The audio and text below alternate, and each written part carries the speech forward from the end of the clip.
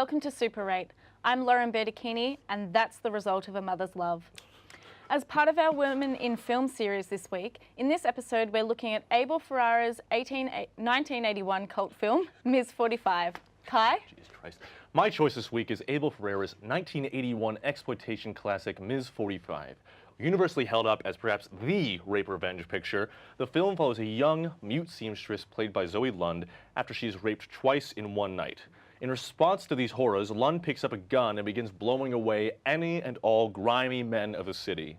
Unusual for the sleazy subgenre in which it inhabits, Ms. 45 shows restraint in regards to the sexual assaults, and its descent into vigilante violence is wonderfully cathartic.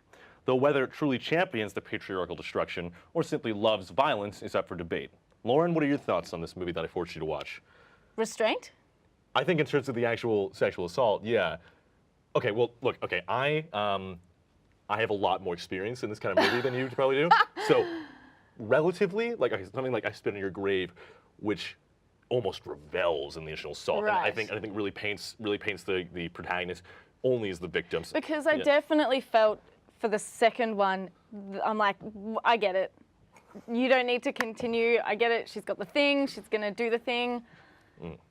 But I felt like it lingered. For several beats. Oh, absolutely. Well, yeah, absolutely. I mean, it's interesting. We're talking about. I think it's the first time on the show we've talked about like a straight exploitation picture. And I should probably clarify for the like 4 viewers who watch the show and probably don't know what an exploitation picture is. And per se, it's not necessarily exploitative. All it means is that it's kind of preying upon some sensationalized aspect. And in this example, it's violence and sexualized violence. And unfortunately, this was a type of movie that was very popular for a while. But I think within that one, I think really, like comparatively, it's not. If it doesn't linger on. It doesn't really linger on the actual violence of the act. I mean, emotionally it does, but you don't. The way it's shot is almost in very close-ups, and it's kind of a lot of it's off frame.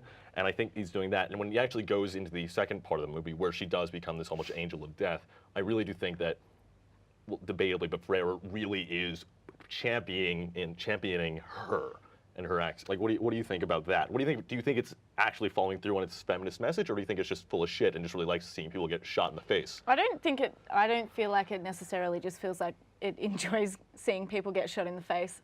I feel like my initial responses to this film was like, oh, okay, I get it. yeah. Okay. Yeah. We understand. Yeah. I understand.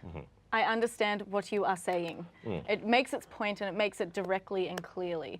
But if it was just a dialogue. But I don't think that's all. Like I think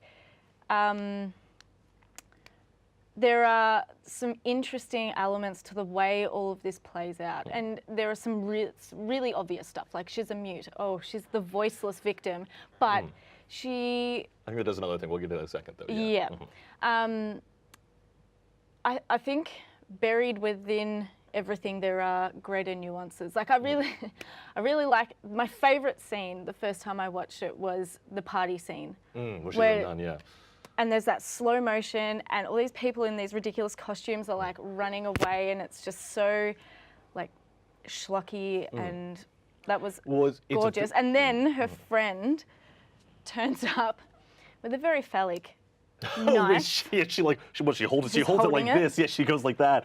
And then stabs her in the back. Yeah, this is like a 40-year-old movie, so shut up. So she's dressed like, you know, in pants and some sort of like fake tuxedo costume, like a very masculine costume. She holds her knife very phallically and stabs her in the back, and then she screams, like the only word that she says, sister. Yeah, sister, right, yeah. And so after that, I was like, okay. And I agree. It's very cute. I think it's interesting because you're talking about like I get it, and I think it's important to note, and this is one of the flaws of the film, is that it's not just a dialectic exercise. It is a genre movie. So there is a certain point where Ferrara's making a very clear and simple point, arguably, but then he's still making like a revenge movie. So he's making almost like a thriller.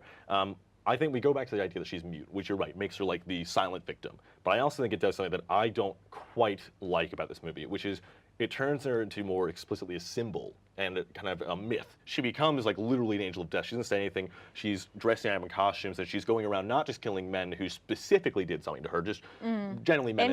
Anyone, really. Sometimes it's even men who haven't done anything horrible to her, like that guy on the bench. Oh yeah, exactly. And it's not anyone. I think because of that, though, because it becomes almost this story of myth and almost parable, like I became a bit detached to it and became a much more intellectual experience for me than I think Ferrero wants us to make it.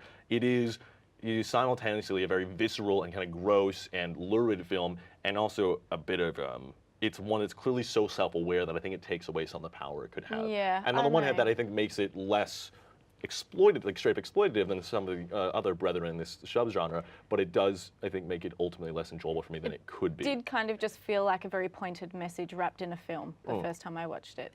And I really didn't like the whole like sister killing her thing.